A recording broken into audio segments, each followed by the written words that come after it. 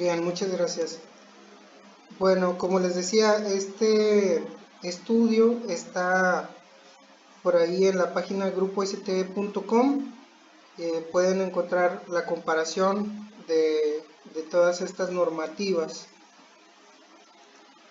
Bien, selección del respirador adecuado. Tenemos que identificar la sustancia que está presente en el área. Si la sustancia es IPBS, o por sus siglas en inglés IDLH, o sea, una sustancia inmediatamente peligrosa para la vida y la salud, entonces tenemos que saber a qué dosis bajarla, la concentración de esa sustancia, a qué dosis bajarla, que ya no sea inmediatamente peligrosa para la vida y la salud, o si de plano a la concentración a la que esté sigue siendo una sustancia IPBS, bueno, utilizar el equipo respiratorio adecuado, del cual voy a hablar en un momento más. ¿Dónde puedo obtener la información de qué tan peligrosa es la sustancia? Pues en la hoja de datos de seguridad, que debe ser proporcionada por el fabricante, o también en internet ya existen bases de datos. Ubicamos la sustancia y buscamos de las 16 secciones que tiene la hoja de datos de seguridad. Específicamente en la sección 8 vamos a encontrar equipo de protección recomendado cuando se trabaje con esa sustancia, y en la sección 11 vamos a ver pues la información toxicológica, a qué grado es tóxica esa sustancia. Bien, para saber cuánto disminuir la concentración para que sea un riesgo aceptable, entonces vamos a sacar el factor de exposición. El factor de exposición se determina conociendo la concentración del contaminante en el aire. Esto puede ser a través de un monitor de atmósferas que esté ahí en el área, y conociendo también el límite de exposición ocupacional permitido. Voy a poner este ejemplo. Una sustancia que es peligrosa se encuentra en el ambiente a 1000 partes por millón. Se encuentra en el ambiente a 1000 partes por millón. Y es permitido que una persona respire 100 partes por millón, ¿verdad? Eso sería el límite de exposición ocupacional. Es lo máximo que puede respirar la persona que está permitido. Entonces dividimos 1000 entre 100, nos da un factor de exposición de 10. En resumen, tenemos que disminuir a una décima la concentración de lo que va a respirar ese trabajador. Obviamente se le da prioridad a los controles de ingeniería, administrativos, y si aún así la persona tiene que estar en esa atmósfera, bueno, se le da el equipo de protección personal con un factor de exposición que disminuya a 10. A esto se le llama el factor de protección asignado. El factor de protección asignado a los respiradores son APF 10. Esto significa que un APF 10 disminuye a un décimo de la concentración que hay en el ambiente. Bien, un APF 50 es un respirador que disminuye a una parte de cada 50 que hay en la atmósfera. Por ejemplo, de acuerdo a OSHA, los APFs asignados son los siguientes: a los respiradores purificadores de aire, que son de los que estoy hablando ahorita, los respiradores, si es de media máscara, tiene un APF de 10. Si es de máscara completa, es decir, que cubre todo el rostro, es un APF de 50.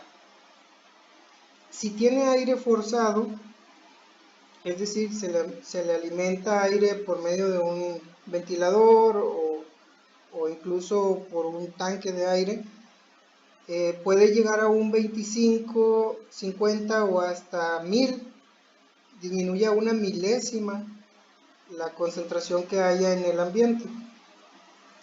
Y bueno, para sustancias que son altamente peligrosas o IDLH, o IPBS, lo más recomendable sería utilizar un SCBA, que son los equipos de respiración autónoma. El equipo de respiración autónoma, en español ERA o en inglés SCBA, están diseñados para atmósferas que no se pueden respirar. El aire está contenido en estos tanques. Recuerden que el aire es una mezcla de gases y el oxígeno aquí adentro se encuentra en un 20.9%. Bien, es aire. El aire se proporciona por medio de estas mangueras. La persona lo inhala y exhala el sobrante, y en ningún momento la persona está inhalando lo que se encuentra en la atmósfera. Bien, existen unas tablas para poder registrar todo esto que les estoy comentando. En la tabla podemos registrar la sustancia química, la concentración de esa sustancia en el aire, que podemos conocerla a través de un monitor de atmósfera, o nos la puede proporcionar el fabricante de la sustancia. Saber si es IPBS o no y a qué concentración, a cuántas partes por millón es inmediatamente peligrosa para la vida y la salud. Tenemos que saber el límite de exposición ocupacional permitido para esa sustancia. Lo que comentaba hace un momento, si hay 1000 y solo se permiten 100, entonces tengo que bajar un 10%, ese sería el factor de exposición permitido, bajar un 10% para que la persona pueda trabajar sin problemas a la salud. Y al final podemos anotar el tipo de respirador adecuado para eso. Todo esto tiene que estar incluido en el programa de respiración de nuestra empresa. Bien, así como hablé sobre las N95, las P95 y los filtros R95. Bueno, existen más filtros. Ahorita solo hablé de estos tres, N, R y P. Pero como pueden ver, el filtro AG es para gas ácido. Entonces hay filtros que pueden ser para gas ácido. El AM es un filtro para amoníaco y metilamina. El FORM es para formaldehído. Y bueno, pues así cada uno de los respiradores tienen sus propias abreviaciones. Vean, por ejemplo, el respirador de vapores orgánicos está identificado como OV.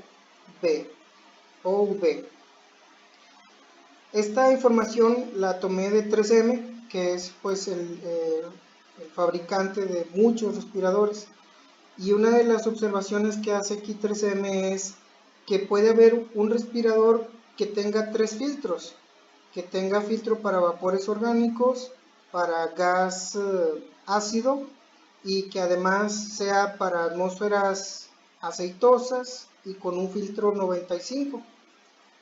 Existen tablas, incluso existe un software, ¿verdad?, que por aquí está mencionado abajo. En la página de 3M pueden encontrar el software y pueden encontrar también algunos cursos, algunas capacitaciones muy buenas. Algunas también proporcionan constancias sobre este tema. Bien, esta es una de las guías que proporciona 3M también para saber cuál es el respirador adecuado dependiendo de la sustancia. Vamos a poner el bromo.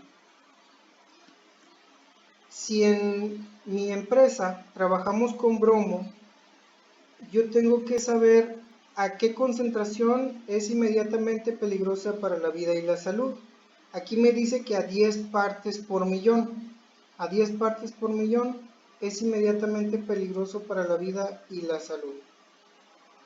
Entonces tengo que disminuir a un rango que sea permitido, que está el TWA o el STIL, son rangos permitidos en los que puede estar el trabajador, y voy a utilizar un filtro para vapores orgánicos, para gas ácido,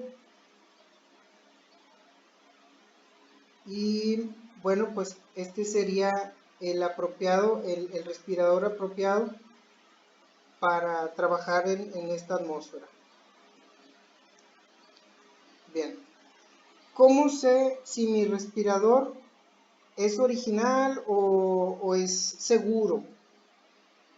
NIOSH le asigna un número de prueba a los respiradores que lo graba en el mismo producto como TC. Si ustedes obtienen el dato TC, en este caso es 84A-4541, van a la página de NIOSH y teclean este número de prueba, y les va a aparecer el fabricante y el producto específico. Entonces ya confirmaríamos que ese producto es confiable.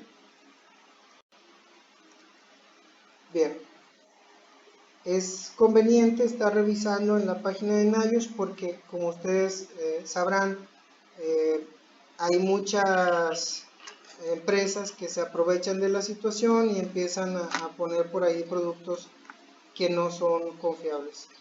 Bien, uso correcto de los respiradores. El respirador debe ser a la medida. Normalmente hay un respirador tamaño chico, mediano y grande. Bueno, pues tenemos que seleccionar el tamaño adecuado para el trabajador. Se le tiene que capacitar al trabajador sobre cómo colocárselo y qué se puede y qué no se puede hacer.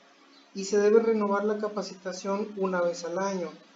Se debe tener acceso a las instrucciones, el trabajador debe tener acceso a las instrucciones. Y bueno, ser consciente de los procedimientos del mismo respirador. Esta es una forma correcta de colocarse un respirador. Recién sacamos el respirador de su empaque, lo podemos tomar en la mano. Colocamos primero la cinta que va debajo de la nuca y posteriormente colocamos la cinta que va en la parte superior. Al final ajustamos el puente nasal, es una pequeña lámina que es de metal o en ocasiones es plástica, para que se haga un correcto sello, y entonces hacemos la prueba de ajuste o la prueba de hermeticidad. Es una prueba sencilla donde colocamos nuestras manos, intentamos inhalar y nuestras manos se van a pegar al respirador. Si percibimos que el aire se está filtrando alrededor, bueno, ese respirador no está haciendo su función y no hay que usarlo. También tenemos que saber cuando se retira que ya no podemos tocar el respirador, se debe de manipular por las correas. Entonces está contraindicado porque todo lo que estuvimos protegiéndonos pues se encuentra ahora impregnado en el respirador. Entonces de nada habría servido si eso se pasa a nuestra mano. Como quiera vamos a tener contacto con la sustancia. Entonces de esa manera se utiliza, se manipula primero quitando la correa que estaba por debajo, después se quita la correa que estaba en la parte de arriba y se desecha sujetándolo de las correas. ¿Qué cosas no debemos hacer y que suelen ser prácticas comunes entre los trabajadores? No debemos modificar el respirador. Hay quien le dibuja por ahí una lengua, una boca, o no debemos pegarle, graparle, abrocharle cosas a nuestro respirador, porque eso obviamente anula su función. No debemos escribir en el material filtrante. Sí se puede escribir en las correas, pero no se puede escribir en el filtro. Y por supuesto que no se debe agujerar el respirador. Hay quien usa por ahí unas perforadoras porque le facilita la respiración, pero están anulando el uso del respirador o la función para la que fue diseñado.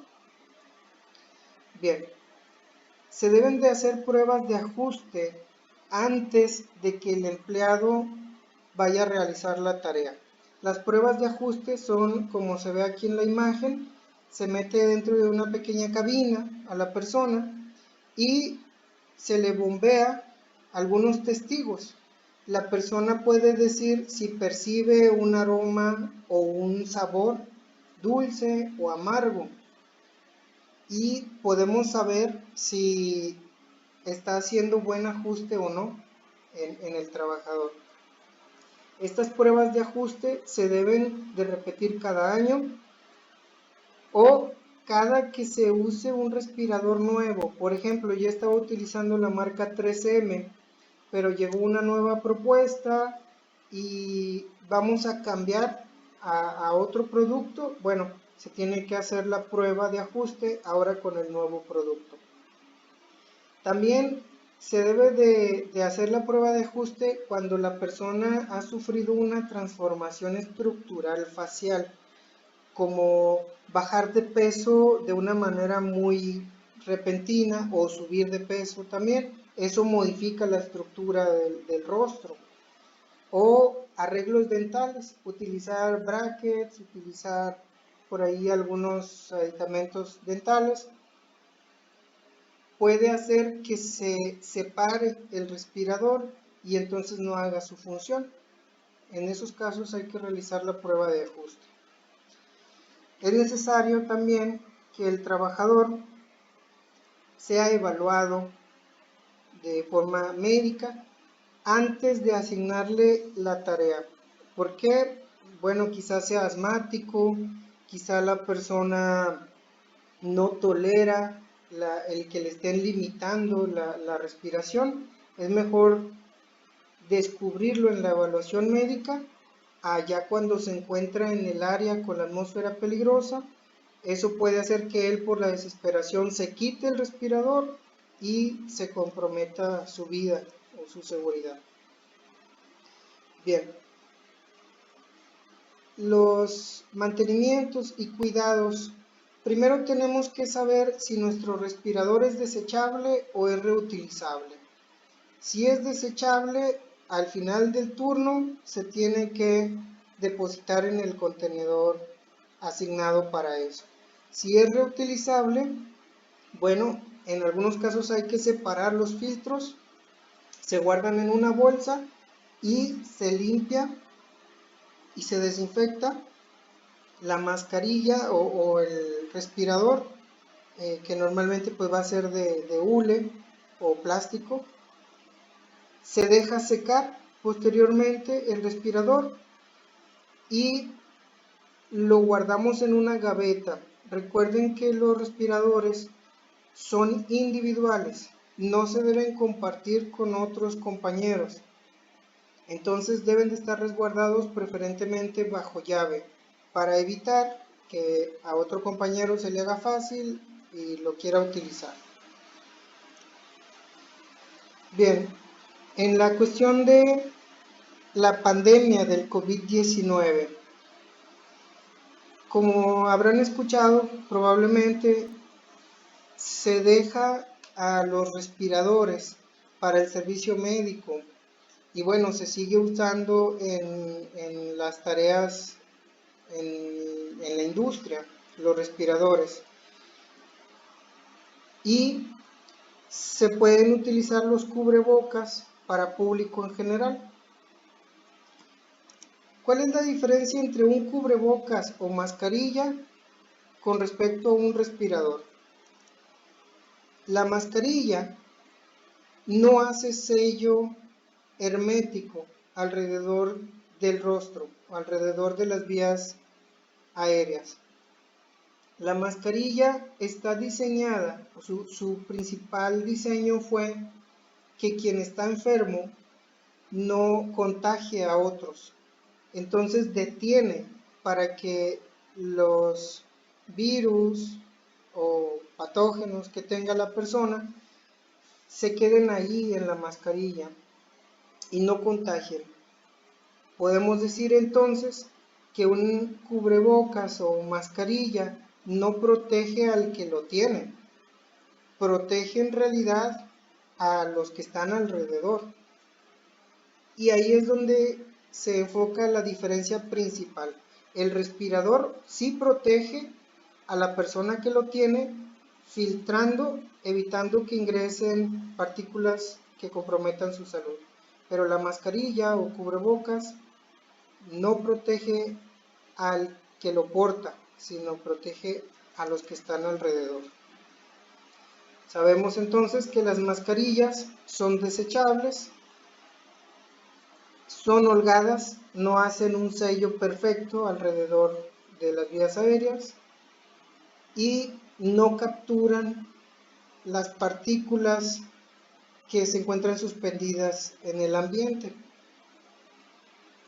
En los hospitales, las mascarillas se utilizan para identificar a los pacientes contagiados. Entonces, el entregarle una mascarilla es separar entre los que están contagiados y los que no. Bien, en el sector salud, ¿quiénes usan mascarillas y quiénes usan respiradores? Bueno, si el profesional de la salud está en contacto con un paciente sospechoso o confirmado de una enfermedad infecciosa como el COVID-19, tiene que tomar las precauciones para la transmisión de este virus. Si tuvo un contacto cercano o si su trabajo es un contacto cercano, entonces debe usar un N95 o un similar o un equivalente. ¿Qué es un contacto cercano? Bueno, si él es quien le va a tomar la muestra, él está en contacto, incluso a veces por más de 10 minutos con la persona, o si está expuesto a procedimientos de aerosoles, por ejemplo un estornudo, el estornudo genera un aerosol. La persona debe estar también protegida con un N95, además de un protector facial o un equivalente al N95. ¿Quiénes usan los cubrebocas? Pues lo usa la recepcionista, la enfermera, personal que ocasionalmente pasan cerca del enfermo, pero que no están en contacto directo con él. Ellos pueden utilizar un cubrebocas, pero lo más importante es que el enfermo use el cubrebocas para disminuir las probabilidades en ambos sentidos. Bien, conclusión. Los equipos de respiración son efectivos si se realiza la selección apropiada, si se da la capacitación, si se hizo el análisis de seguridad de las tareas y bueno, todo esto debe estar comprendido en el programa de protección respiratoria de la empresa. Bien, con esto termina mi presentación. Aquí tienen mis datos, mi correo electrónico, el celular, en caso de que haya alguna consulta que quieran hacer.